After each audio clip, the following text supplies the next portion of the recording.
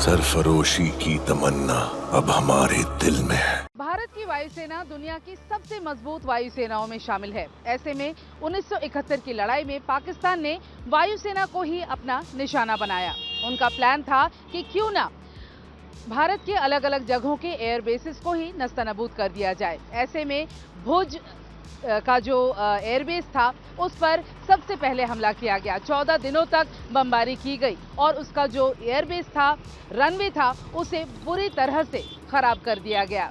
लेकिन उसके बाद क्या हुआ, यही कहानी है भुज द प्राइड की। आइए हम आपको बताते हैं।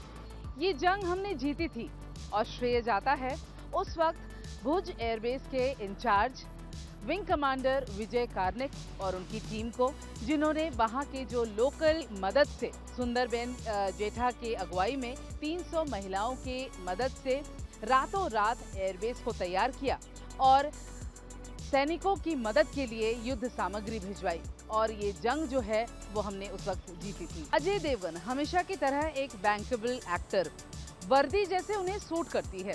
ऐसे में जब विंग कमांडर की वर्दी में अजय देवगन का जो पैशन हमें नजर आया, उनकी आंखें, उनकी चाल, उनका जो एक डेडिकेशन नजर आया, वो हमेशा की तरह इस फिल्म में भी बाजी मार गए हैं।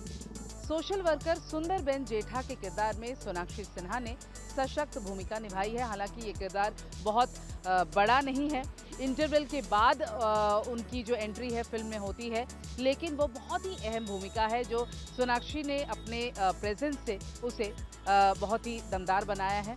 अक्सर अपने आइटम सॉन्ग्स के जरिए दर्शकों को एंटरटेन करने वाली नौरा फतेही ने हीना रहमान के नाम से एक इन्फॉर्मर का किरदार निभाया है, जो कि बहुत ही छोटा रोल है उनका, लेकिन उस रोल के बिना ये फिल्म अधूरा लगेगा, इतना मैं आपको कह सकती हूँ। एमी विर्क, शरद केलकर और संजय दत्त, इनके बिना फिल्म पूरी नहीं हो सकती थी। एमी विर्क की अगर खासकर बात करें तो उन्होंने जो हवाई लड़ाई लड़ी है, उनका जो अंदाज है, बोलने का अंदाज, चलने का अंदाज, एक मैनरिज्म जो एक ऑफिसर का उन्होंने जो मेंटेन किया है, वो काबिल तारीफ है। उनके किरदार को याद किया जाएगा। शरद केलकर की काबिलियत से आप सब वाकिफ़ हैं। जब वो यूनिफॉर्म पहनते हैं तो उनकी बचपन की ख्वाहिश भी थी कि वो आर्मी ज्वाइन करें। उन्होंने जिया है इस फिल्म में अपने उस जोश को, तो उन्होंने अपने किरदार को ठीक ठाक निभाया है।